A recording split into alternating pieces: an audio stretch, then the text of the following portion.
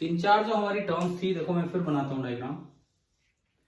ये प्लेट्स हैं जिन पे फ्री चार्ज दे रखा है, जिसकी डेंसिटी है सिग्मा एंड माइनस सिग्मा। अगर आपने कोई डाइलेक्ट्रिक नहीं लगाया होता तो पूरे में एक ई नॉट फील्ड आया होता, और ई नॉट कितना आया होता, इसकी वजह से भी sigma by two epsilon not, इसकी वजह से भी सेम डायरेक्शन में, तो दोनों जुड़ के हो जाते सिग्मा बाई एप्सिलॉन नॉट। यहां भी ई नॉट हो जाता सिग्मा बाई एप्सिलॉन नॉट। अब आपने एक डाइलेक्ट्रिक लिया जिसमें यूनिफॉर्म पोलराइजेशन हुआ, एक डाइलेक्ट्रिक लिया जिसमें यूनिफॉर्म पोलराइजेशन हुआ। यूनिफॉर्म पोलराइजेशन का मतलब है कि कोई बाउंड चार्ज नहीं आया होगा, केवल और केवल सरफेस पे चार्ज अपीयर हुआ होगा, यहां माइनस सिग्मा पी और यहां प्लस सिग्मा पी।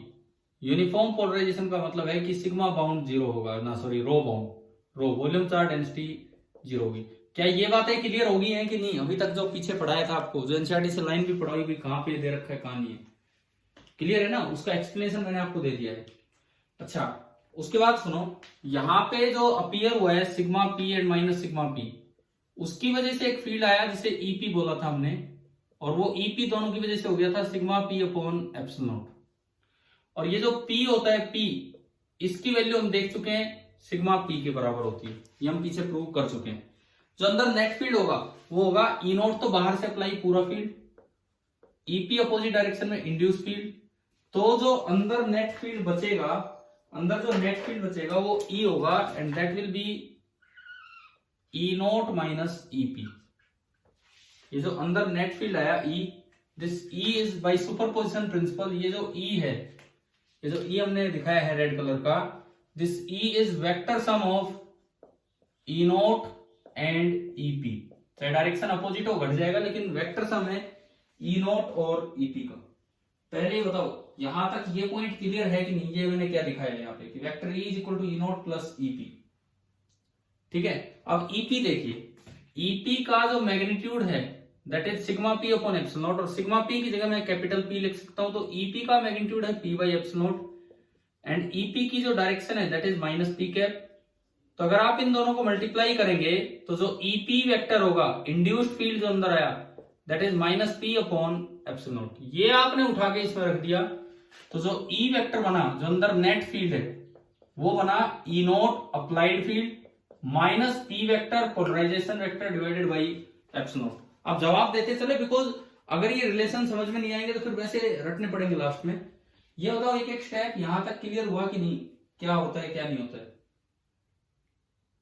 ठीक है, यहां से हम epsilon not into E not की वैल्यू निकालेंगे। दोनों साइड मैंने एप्सिलॉन नॉट से मल्टीप्लाई किया, तो ये बना epsilon not into E is equal to epsilon not into E not minus P, और यहां से एक पहला रिलेशन आया epsilon not into E plus vector P, या इसे बोल सकते हैं एप्सिलॉन टी नॉट, और इसको नाम दिया जाता है इलेक्ट्रिक डिस्प्लेसमेंट वेक्टर। ये मैं पिछले लेक्चर के एंड में, मैं वीडियो के एंड में मैं यहीं पे था, तो बीच में जो ब्रेक हुआ था, तो इसे बोलते हैं इलेक्ट्रिक डिस्प्लेसमेंट। डी को नाम दिया जाता है इलेक्ट्रिक डिस्प्लेसमेंट।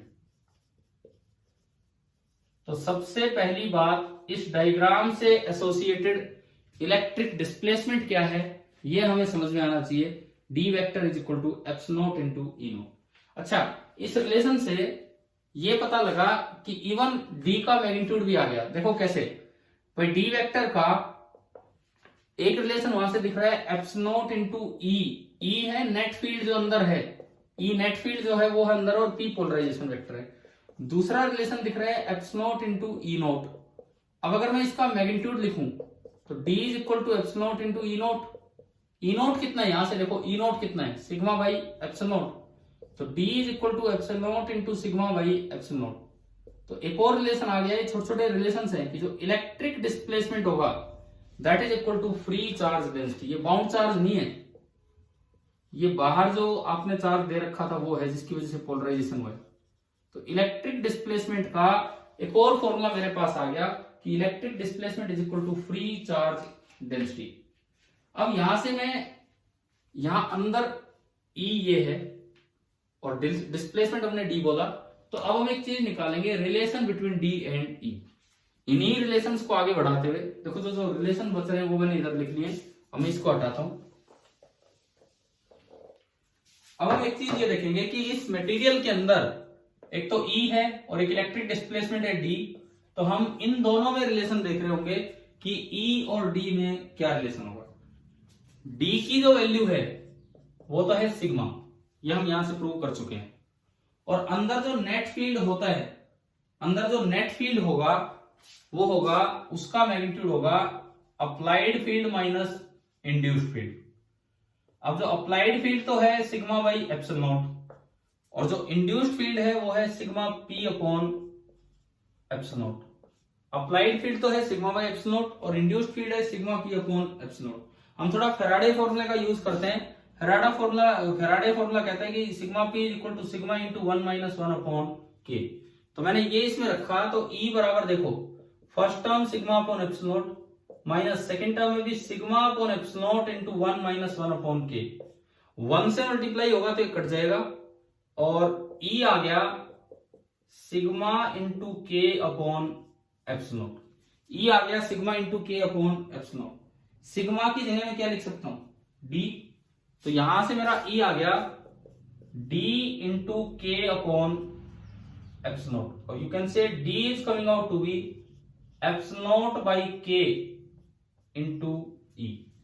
यहां से जो मैंने D निकाला, D की वैल्यू निकल के आई, एक मिनट दोबारा से मैं देखता हूं इसमें। E हमारा आया sigma by epsilon not minus sigma by epsilon not into 1 minus के। हमने ये कॉमन लिया तो ना कटने के बाद ये ऊपर नहीं है नीचे, देखो ये, इसको अगर मैं आगे बढ़ाऊं, sigma by epsilon not minus sigma by epsilon not plus sigma by epsilon not into K. Sigma by epsilon not से ये कैंसिल हो गया, सिग्मा की जगह मैं D रख सकता हूं, तो E बराबर D upon epsilon not into के। और यहां से अगर मैं D निकालूं तो K into epsilon not into E। K आपका एप्सिलॉन R भी होता है, epsilon R into epsilon not into E, और epsilon R into epsilon not होता है absolute permittivity of the medium, तो एप्सिलॉन इंटू E। तो ये हमारा D और E में रिलेशन आया कि मटेरियल के अंदर जो इलेक्ट्रिक फील्ड इंड्यूस्ड है वो E है। वेक्टर फॉर्म में अगर मैं रिलेशन लिखूं तो रिलेशन होता है vector D is equal to epsilon into vector E, या यूं कहें कि अंदर जो इलेक्ट्रिक डिस्प्लेसमेंट होगा that will be equal to epsilon not into epsilon R into E। एक रिलेशन मेरा ये बन गया। मैं रिलेशन इधर इकट्ठे करते जा रहा हूं, जो भी कुछ रिलेशन है। देखिए तीसरा हमारा रिलेशन ये था कि D बराबर सिग्मा, एंड चौथा रिलेशन D का ये आया कि D is equal to epsilon not into epsilon R into E, कि भाई जो नेट फील्ड अंदर बना है उसका इलेक्ट्रिक डिस्प्लेसमेंट से क्या रिलेशन होगा, वो ये होगा। आप बताओ कि यहां तक ये चार रिलेशंस ये मैंने अलग कर दिए जो हमें याद रख लेने चाहिए। D इलेक्ट्रिक डिस्प्लेसमेंट के रिलेशंस ये हैं। अब आता है एक वो रिलेशन कि पोलराइजेशन वेक्टर और E वेक्टर में क्या रिलेशन बनेगा। तो पिछले थोड़ी देर पहले मैंने पिछले वीडियो में उसमें P और E में डायरेक्ट रिलेशन लिखा था, फिर हम वो लाने की कोशिश कर रहे थे, बीच में इतना टाइम भी नहीं था। अभी देखो आप उसको, ये चार रिलेशन आ चुके हैं। अब P और E की टर्म्स में क्या, P और E में क्या रिलेशन होगा। P कौन सा, ये, और E ये रेड वाला, P ये ब्लू वाला और E ये रेड वाला। इस P और E में क्या रिलेशन होगा in terms of dielectric constant. तो वो रिलेशन आप देखो अभी, relation between P vector and E vector के अंदर नेट फील्ड अगर E बन गया और अंदर पोलराइजेशन P है, तो P वेक्टर और E वेक्टर में जो रिलेशन होता है वो ये होता है, P vector is equal to epsilon not into K minus 1 into E, और आप इसको एप्सिलॉन R भी लिख सकते हैं, epsilon not into epsilon R minus 1 into E। ये रिलेशन होता है P वेक्टर और E वेक्टर में। कैसे आया ये बताओ, ये कहां से आया, ये जो रिलेशन है ये कहां से आया। आप D वाले रिलेशंस देखो यहीं से बन जाएगा। D वाले दो रिलेशन देखो, एक पहला और एक आखिरी। D की वैल्यू इसके भी बराबर है और D की वैल्यू इसको भी बराबर है, ये वेक्टर साइन के साथ में लिख रहा हूं। D की वैल्यू इन दोनों के बराबर है, तो आप इन दोनों को इक्वेट कर सकते हो। क्योंकि D की वैल्यू इसके बराबर है तो मैं इन दोनों को इक्वेट कर रहा हूं। तो इन दोनों को मैंने इक्वेट किया, देखो इन दोनों को मैंने इक्वेट किया तो ये बना epsilon not into E plus P is equal to epsilon not into epsilon R into E। और यहां से अगर आप P वेक्टर देखते हो तो ये बनेगा epsilon not into epsilon R into E minus epsilon not into E. Epsilon naught तो दोनों में से कॉमन आया, बाहर निकालो, ई भी दोनों में से कॉमन आया, वो यहां लिख दो, और बीच में जो बचा वो बचा एप्सिलॉन आर माइनस 1। तो ये हमारा आ गया पांचवा रिलेशन। यहाँ पे जो पी और ई में जो रिलेशन है, ये भाई ये रिलेशन याद करने चाहिए हमें, क्योंकि एग्जाम में हम बार बार ये डेराइव नहीं करेंगे, डायरेक्ट हमें याद रहे relation. P vector is equal to epsilon not into epsilon are minus 1 into vector E. ये आपका लास्ट रिलेशन है। अब यहां से हम ससेप्टेबिलिटी की तरफ चलेंगे, इस रिलेशन से हम ससेप्टेबिलिटी की तरफ चलेंगे। अच्छा एक बात बताओ, पिछला जो एक पेपर लिया था मैंने आपका इलेक्ट्रोस्टैटिक्स का, क्या उसमें कोई क्वेश्चन डाला था पोलराइजेशन पे? एक क्वेश्चन दिया था ना एक टेस्ट में पोलराइजेशन पे, एक 25 सवालों का जो टेस्ट था उसमें एक क्वेश्चन दिया था मैंने पोलराइजेशन पे। मैं बता देता हूं क्या था इस रिलेशन से, देखो। और वो जो क्वेश्चन था वो एम्स 2018 का सवाल था। क्या क्वेश्चन था सुनिए। क्वेश्चन ये था, electric field inside a capacitor is 100 volt पर मीटर। कैपेसिटर के अंदर डाइलेक्ट्रिक डालने के बाद जो इलेक्ट्रिक फील्ड है वो 100 वोल्ट पर मीटर है, and the dielectric constant of the medium of the capacitor is 5.5। उन्होंने दिया था कि कैपेसिटर के अंदर जो डाइलेक्ट्रिक कांस्टेंट है एप्सिलॉन आर दैट इज 5.5, और जो अंदर ई बन रहा था दैट वाज 100 वोल्ट पर मीटर। ये दो जानकारियां दे रखी थी कि कैपेसिटर के अंदर ये दो चीजें हैं, और उसमें पूछा था find the polarization of the material. बताओ भी कैसे होगा find the polarization of the material, केवल पी पूछा था। तो जो फॉर्मूला लिखा हुआ है आपके सामने वही आपको लगाना था, जो भी ये फॉर्मूला लिखा हुआ है आपको सिंपली ये लगाना था और कुछ नहीं। तो एक बार ये अप्लाई करके देखो, मतलब ये बड़ा इंपॉर्टेंट फॉर्मूला है, पी वेक्टर और ई वेक्टर में रिलेशन, जैसा कि सीएम्स के क्वेश्चन में पूछा गया। पी वेक्टर, तो पी पूछा आपने, एप्सिलॉन नॉट की वैल्यू बोलो यार, कोई भी बच्चा बोलो एप्सिलॉन नॉट कितना होता है, बोलिए एप्सिलॉन नॉट कितना होता है, जवाब दो, एप्सिलॉन नॉट कितना होता है?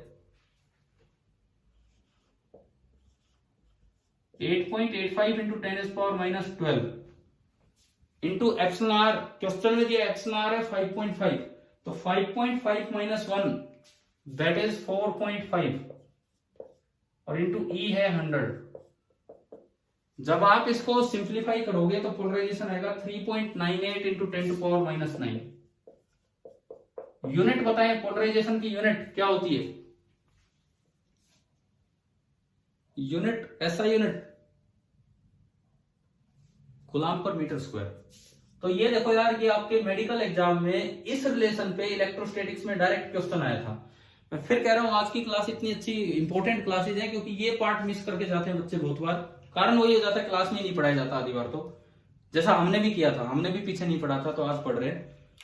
आप बताओ, मैंने एक साइड रिलेशंस इकट्ठे कर दिए, क्या इस क्लास के बाद आज शाम तक आप ये याद कर लेंगे ये रिलेशंस? आज शाम को आपका 7 बजे केवल और केवल, क्यों मान लो 15 सवालों तक का एक टेस्ट है, टॉपिक यही है जो आज सुबह मैं पढ़ा रहा हूं, इलेक्ट्रिक फील्ड इन मैटर। और एनसीईआरटी के 2 पेजेज हैं वो अपने पढ़ के रखना, वहां से भी कुछ भी सवाल बन के आ सकता है। चलें, ये आपका हो गया। अब आखिरी काम, इस क्लास का आखिरी काम है कि हम इलेक्ट्रिक ससेप्टेबिलिटी की तरफ चलेंगे, कि इलेक्ट्रिक ससेप्टेबिलिटी क्या चीज है। और सेम ऐसी चीज आगे मैग्नेटिज्म में आनी है, मैग्नेटिक ससेप्टेबिलिटी। देखिए नेक्स्ट है इलेक्ट्रिक ससेप्टेबिलिटी। सिंबल इसका ये होता है, ई तो नीचे इलेक्ट्रिक के लिए लगा देते हैं, मतलब ये एक्स टाइप सिंबल होता है, एक्स टाइप यूं थोड़ा सा यूं, और इस सिंबल का नाम होता है ये, क्या ये नाम, जैसे अल्फा बीटा ऐसे काई, इस सिंबल का नाम होता है काई, इलेक्ट्रिक ससेप्टेबिलिटी। साई मत बोलना, साई एक अलग सिंबल है, साई एक अलग सिंबल है, वो अलग है बिल्कुल। ये काई सिंबल होता है इलेक्ट्रिक ससेप्टेबिलिटी। अब इलेक्ट्रिक ससेप्टेबिलिटी एक ऐसी टर्म है जो थोड़ा पोलराइजेशन को दिखाता है कि भाई पोलराइजेशन कितना होना चाहिए, कितना नहीं होना चाहिए, ससेप्टेबल है कि नहीं, मटेरियल इलेक्ट्रिक फील्ड के अकॉर्डिंग चल पा रहा है कि नहीं, वो ससेप्टेबल है कि नहीं, मतलब उसके अकॉर्डिंग पोलराइजेशन होने दे रहा है कि नहीं, ये टर्म होती है इलेक्ट्रिक ससेप्टिबिलिटी। अब एक बार बड़ा इंपॉर्टेंट है कि इसको डिफाइन कैसे किया गया है। देखो हमारा जो रिलेशन बना P vector is equal to epsilon not into epsilon r minus 1 into E, ये हमारा P वेक्टर है, ये P वेक्टर है। अच्छा अब सुनो, दो तरीके से ससेप्टिबिलिटी को डिफाइन किया है, दो तरीके से ससेप्टिबिलिटी को डिफाइन किया है। आपकी एनसीईआरटी बुक मानती है कि ससेप्टिबिलिटी डायमेंशनलेस नहीं है ना, मतलब ससेप्टिबिलिटी के डायमेंशंस वही हैं जो परमिटिविटी के हैं। अगर देखो दो तरीके इसको डिफाइन करने के, इफ P हैज पोलराइजेशन कह रहा हूं मैं, if susceptibility has same dimensions as that of permittivity. एक बार तो इस तरीके से डिफाइन किया गया है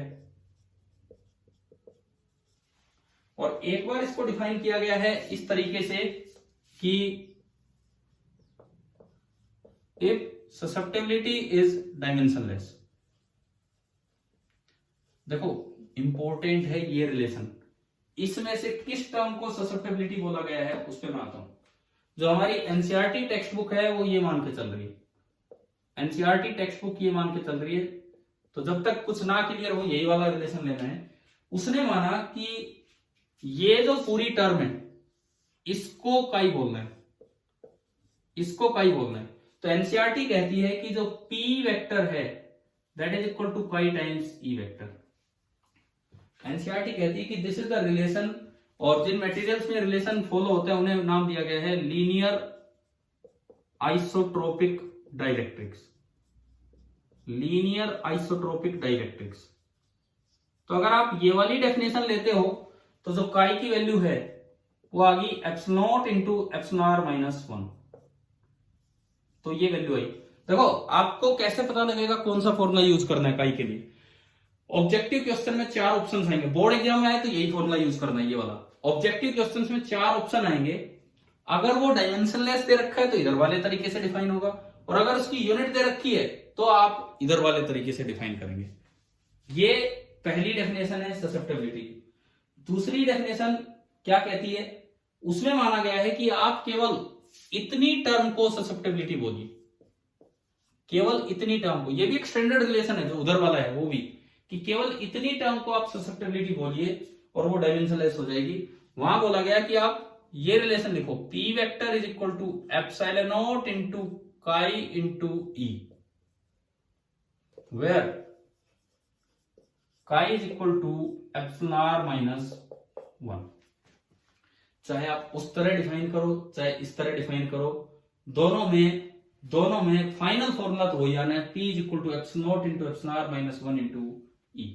अच्छा ये जो रिलेशन है, देखिए ये रिलेशन भी और ये रिलेशन भी दोनों ये कह रहे हैं कि P is directly proportional to E, कि जो पोलराइजेशन होगा वो अंदर कितना इलेक्ट्रिक फील्ड है उसके डायरेक्टली प्रोपोर्शनल है।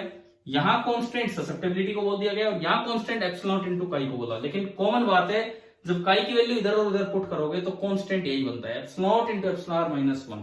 और जो मटेरियल्स इस लीनियर रिलेशन को फॉलो करते हैं उन्हें बोला जाता है लीनियर आइसोट्रोपिक डाइलेक्ट्रिक। एक बार बोर्ड एग्जाम में आ भी चुका है कि लीनियर आइसोट्रोपिक डाइलेक्ट्रिक क्या होते हैं और उनमें ससेप्टिबिलिटी का रिलेशन या P और E में रिलेशन।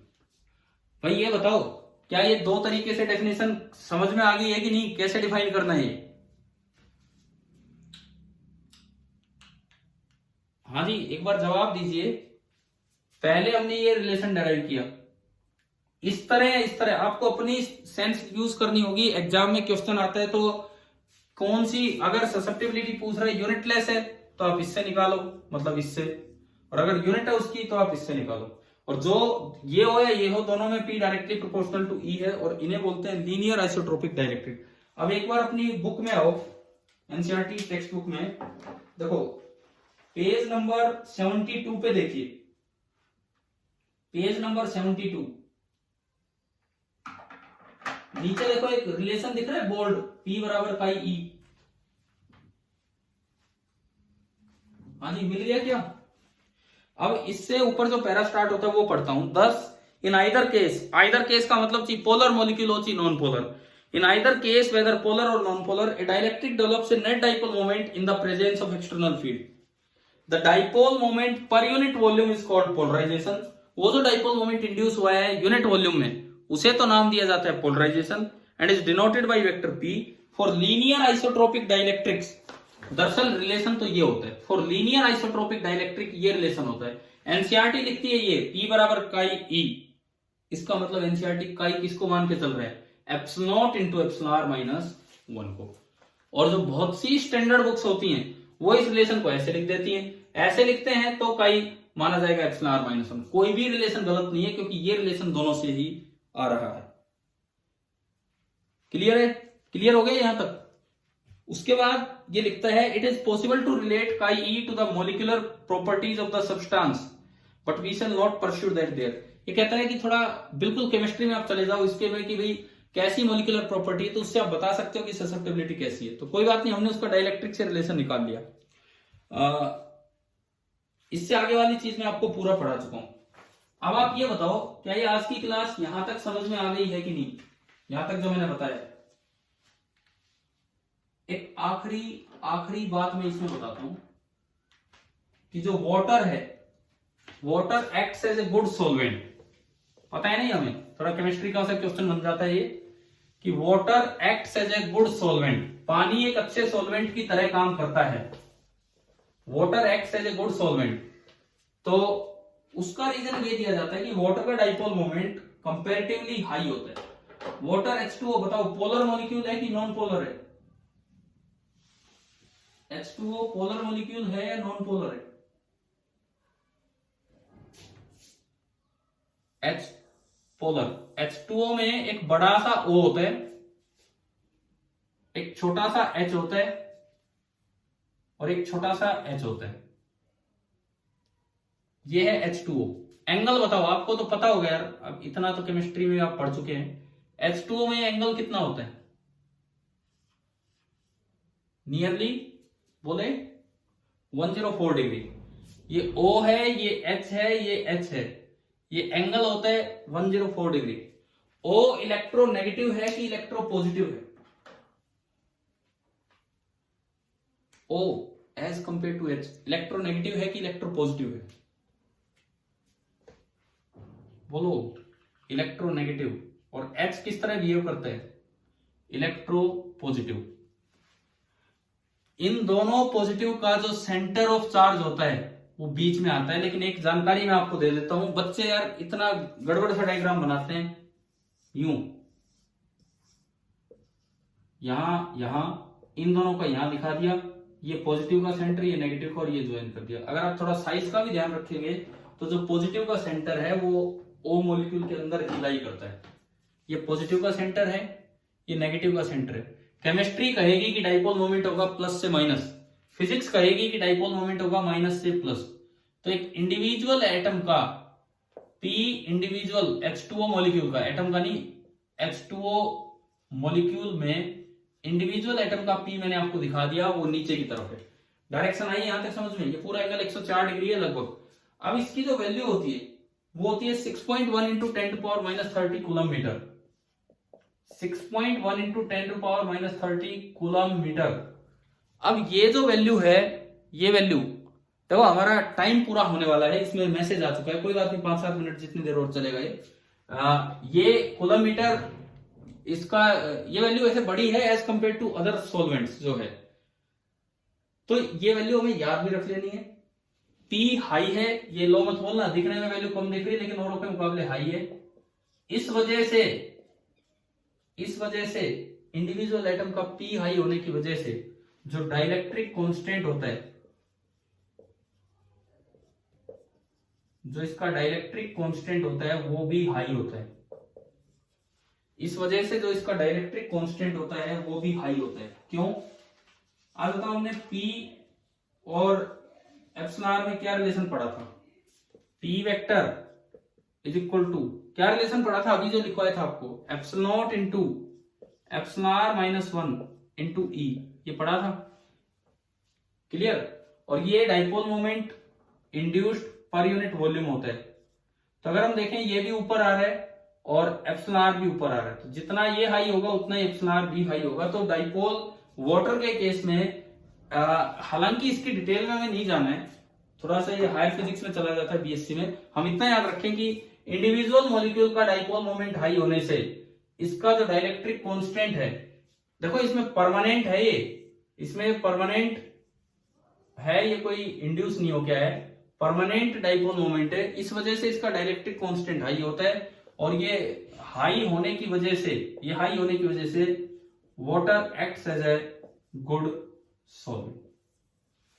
ये बताओ वाटर के लिए ये बातें याद हो जाएंगी, ये कुछ वैल्यूज और ये कुछ बातें। जैसे आप भाई ये टॉपिक हो गया, ये टॉपिक ऑलमोस्ट हो गया, इसके बाद तो आपकी बुक में कैपेसिटेंस स्टार्ट हो गया, और इससे पहले ये कुछ और था। एक बार आप इस पे आओ, पेज नंबर 77, पेज नंबर 77 पे आइए। मिल गया इलेक्ट्रिक डिस्प्लेसमेंट, मिला आपको टॉपिक? हाँ जी, पेज नंबर 77 पे इलेक्ट्रिक डिस्प्लेसमेंट मिला टॉपिक। ये पूरा मैंने पढ़ा दिया। जैसे पहला रिलेशन है सिग्मा पी बराबर पी डॉट एन कैप, मैंने तो रो वाला रिलेशन भी पढ़ा दिया। अब इसको यहां से देखने की जरूरत नहीं है, जैसे मैंने पढ़ाया है उस तरह पढ़िए। अब एनसीईआरटी नीचे लिख रही है ससेप्टेबिलिटी एप्सिलॉन इंटू के माइनस 1, क्योंकि वो ससेप्टेबिलिटी को एप्सिलॉन इंटू के माइनस 1 दे रहे हैं, इसीलिए उनका पी का फॉर्मूला बना काई इंटू ई। अगर वो ससेप्टेबिलिटी को बोलते के माइनस 1 तो पी का फॉर्मूला बनता है एप्सिलॉन इंटू काई इंटू ई। अब मुझे लगता है शायद ये क्लियर हो गया होगा अच्छे से, इलेक्ट्रिक फील्ड इन मैटर वाला टॉपिक। हाँ जी बताओ, अच्छे रिवाइज करना भाई शाम तक, यूं नहीं है कि टेस्ट कभी ऐसे बिगाड़ते रहो। छोटा हा टॉपिक है, उस पे 15 सवाल होंगे लगभग, वो आपको टेस्ट देना है, नेगेटिव मार्किंग भी नहीं है, ठीक है। अब आखिरी सवाल पेज नंबर 91 पे आइए आप, एक्सरसाइजेज में पेज नंबर 91, पेज नंबर 91 निकालो और क्वेश्चन नंबर 2.31 का लास्ट पार्ट जी, क्वेश्चन नंबर 2.31 का लास्ट पार्ट पढ़ो। क्या है क्वेश्चन, क्या वाटर के बारे में है ये सवाल? मिल गया क्या सवाल, मिल गया आपको क्वेश्चन 2.31 का जी last. Guess a possible reason why water has a much greater dielectric constant than mica. औरों के मुकाबले वाटर का डाइलेक्ट्रिक कांस्टेंट ज्यादा है, 81 के आसपास है, 80 के आसपास। कारण इसका यही है कि वाटर का इंडिविजुअल परमानेंट डाइपोल मोमेंट होता है और थोड़ा हाई भी होता है, तो उसकी वजह से ही डाइलेक्ट्रिक कांस्टेंट हाई हो जाता है। अब इनकी डिटेल में हमें जाने की जरूरत नहीं है, वो इतना भी हमारे सिलेबस में नहीं है कि हम अभी 12th में सारा सीख लें। क्या ये आ गया है कि नहीं अब बताओ। इलेक्ट्रिक फील्ड इन मैटर बिल्कुल क्लियर है आप सभी को? शाम को सभी लोग टेस्ट दें, ठीक है। Thank you.